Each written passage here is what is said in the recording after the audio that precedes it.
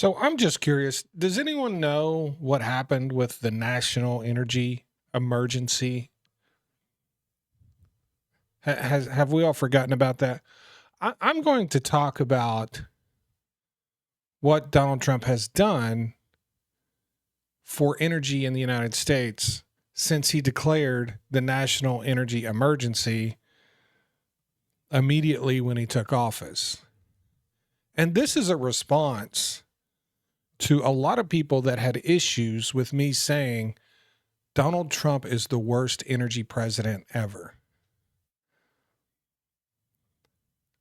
I'm going to lay out the facts for you and do with it what you will. The national energy emergency was declared by Donald Trump, like I said, as soon as he took office. And this led to a series of policy actions that were supposedly aimed at boosting domestic energy production with a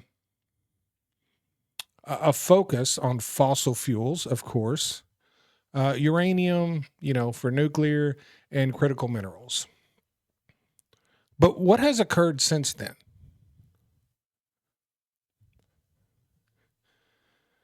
Well, we have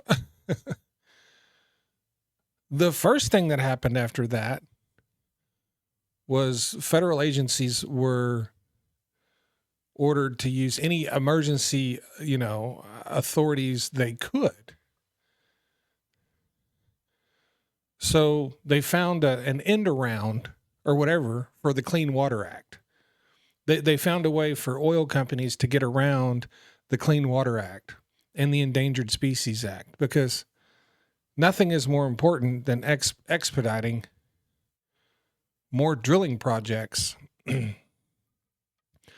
especially at a time when we're losing rigs on a daily basis because same said president of the United States managed to manipulate OPEC into flooding the market, bringing the price of oil way down below the break-even mark for U.S. oil companies. So what exactly was the purpose of that? What exactly was the purpose of going around the Clean Water Act and the Endangered Species Act and basically letting big corporations just do what they want when you literally cripple them from doing what they want to begin with?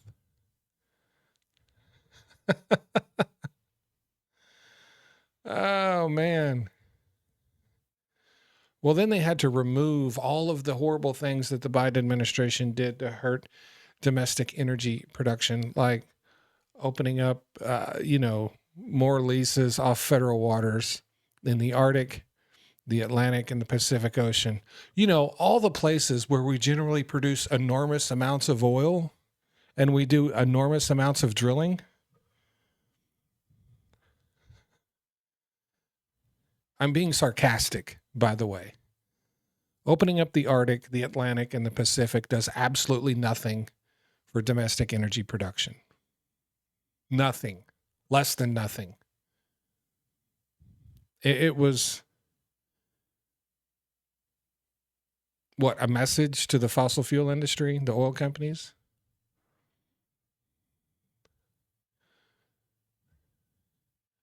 Immediately, the pause for new permitting on new facilities for LNG was lifted.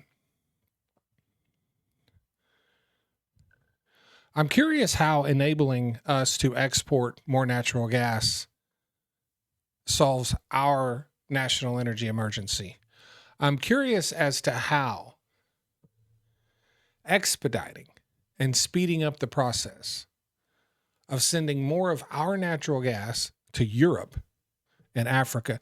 I'm curious as to how that solves our national energy emergency. How about all the pauses on renewable energy projects, many of which were almost done? killing renewable energy projects that are almost done. Billions of dollars had been invested. I'm curious how that solves our national energy emergency. Stopping all new offshore wind leases. What does that do? Putting existing leases under review. The Inflation Reduction Act wasn't just something that was created in a silo. Parts of the Inflation Reduction Act, particularly the parts that dealt with energy, were written to address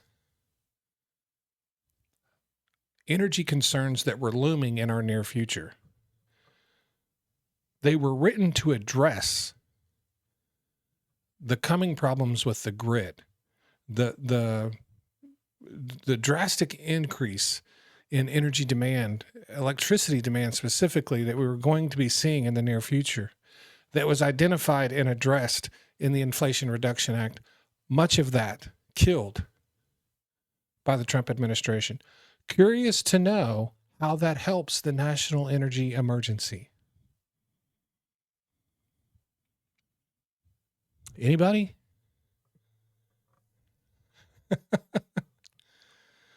The one big beautiful bill, rewrote parts of that Inflation Reduction Act. Call it the Energy Dominance Loan Program, where we're loaning enormous amounts of money, mainly to nuclear companies,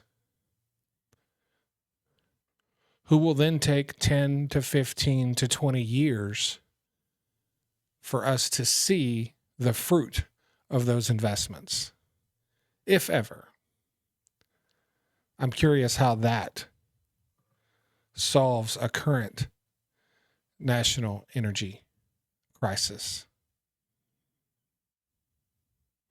This is what I'm talking about. Oh, I forgot to mention that, it's just a coincidence that the energy secretary has all of his money invested in fossil fuels and nuclear, and that's where, we're putting all of our efforts.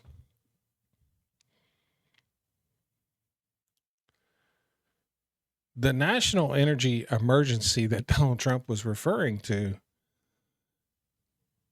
was basically a cry for help from oil companies. 40% of the world's electricity is now generated with renewable energy. Fossil fuel companies in the United States. And look, I'm a partner in a fossil fuel company.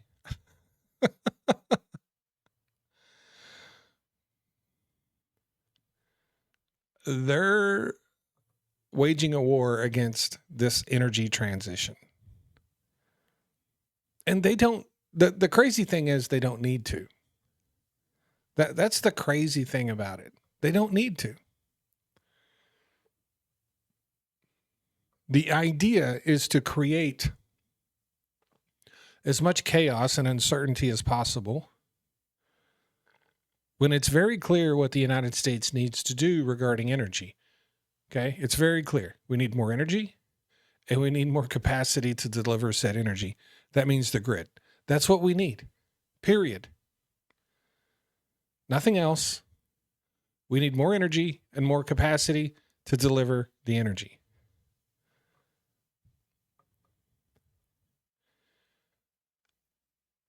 Corporations in the United States don't care what happens to the American people, especially corporations that create energy.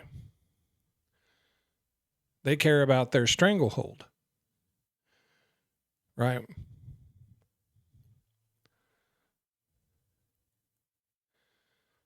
They're not concerned if people can't pay their electric bills.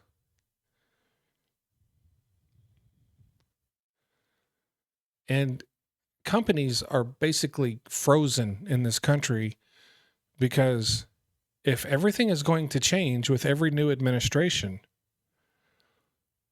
what are we supposed to do with these billions of dollars we're ready to invest? We don't have any faith in that. So the national energy emergency has not been addressed. And that's because it wasn't an emergency.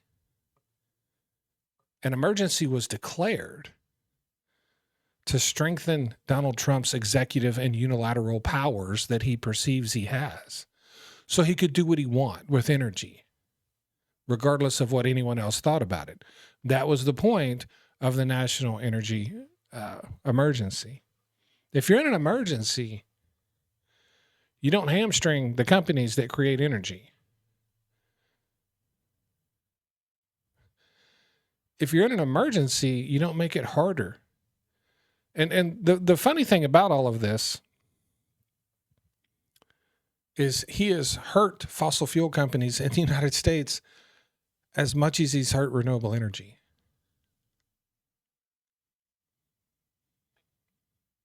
Profits are way down. But hey, natural gas is going to save a lot of these companies. But this is what I'm talking about with Donald Trump being the worst energy president ever. Energy is not something that should be political. Energy is not something that...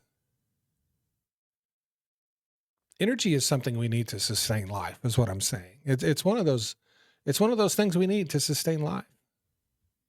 It's being abundant in energy is what sets countries apart. It's the difference between a third world country and a first world country is energy, because energy provides every opportunity that exists anywhere.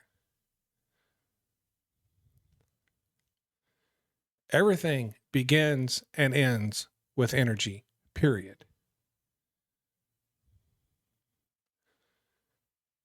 And if you're doing it right, it begins and ends with affordable energy. So everything else can grow and blossom.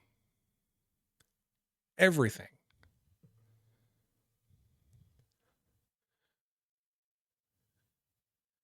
And how anyone, regardless of, what you favor, for the life of me, I don't understand why anyone favors one sort of energy over the other. But, even I have a preference of certain energies that I think are better, but that doesn't mean the other energies are worthless. They're still needed. You know what I mean? Like, I wouldn't destroy those forms of energy. I think solar's better than wind. Does that mean I want to get rid of wind energy? No. Solar's going to destroy everything. And oil companies know this. Natural gas companies know this. Solar is going to destroy them. A little bit at a time, but it's going to happen. And that's what they're afraid of. Absolutely what they're afraid of. So if you have an issue with me saying, based on the facts, that Donald Trump is the worst energy president ever, I suggest you make an argument as to why he's not.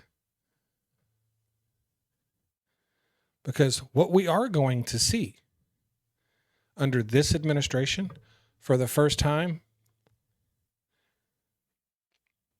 since before George Bush, we're going to see oil production in this country drop for the first time. It's going to happen. It's not going to happen this year. It's going to happen next year. We're going to have a year where oil production drops. And it's not going to be because of a pandemic. It's not going to be because of some freak thing that happened. It's going to be because of the policies of the President of the United States. President largely supported by that industry. Yeah. So make your case. If you think he's not the worst, make your case. And good luck to you. Good luck to you. And by the way, when you're making your case, make sure you discuss the 30,000 or so oil and gas jobs that have been lost in the first, 10 months into the Trump presidency. So give me your thoughts. Thanks.